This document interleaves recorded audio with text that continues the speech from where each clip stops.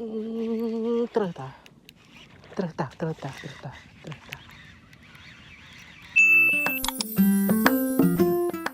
បាទសួស្តីបងខាងក្រោយខ្ញុំនេះគឺជាទីតាំងបបក់ត្រីម្សិលមិញលេងបាន2ក្បាលឥឡូវមកលេងទៀតជាមួយនុយកូនកែបជ័រនុយប្រសិទ្ធភាពរបស់យើងជាមួយបានត្រីអត់បងគប់លេង4 10ខ្សែសិនតែប្រឡងសាកមើលសិនឃើញមានមាត់ចាប់នុយច្រើនដដែលមេឃរោភ្លៀងដឹងលេងបានប៉ុន្មានម៉ោងទេអរគុណបងចាំទស្សនាវីដេអូទាំងអស់គ្នា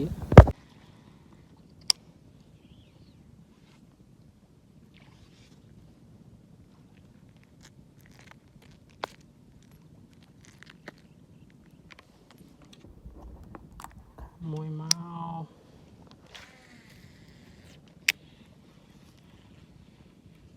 ចូលខាំអាចរនេះហើយបានខាំឲ្យចូលទឹកវិញ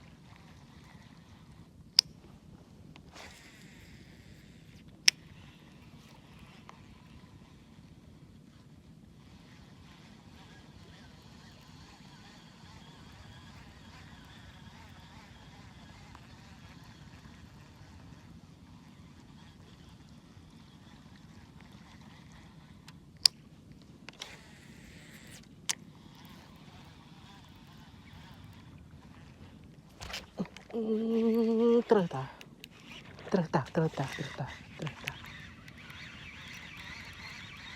អូរបូតឡើយ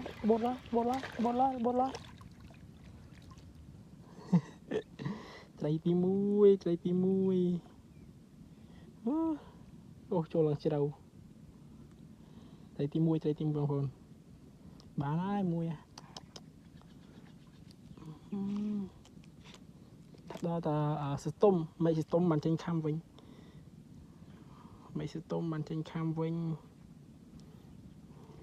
ត្រីទី1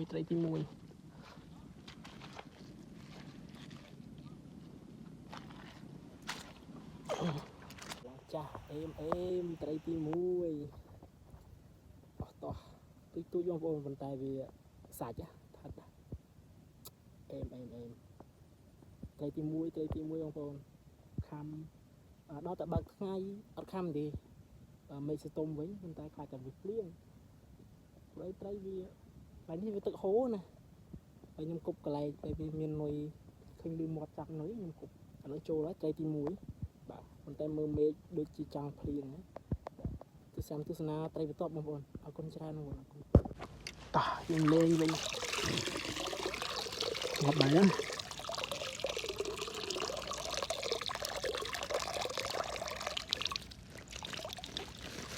អត់ខំហ្នឹងណាលេងតាំងពីព្រឹកដែរ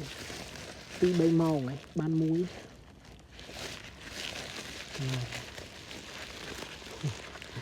បានត្រីមួយវាអត់អីហងនៅរស់រវើកបានមួយវាឯងតោះបាយ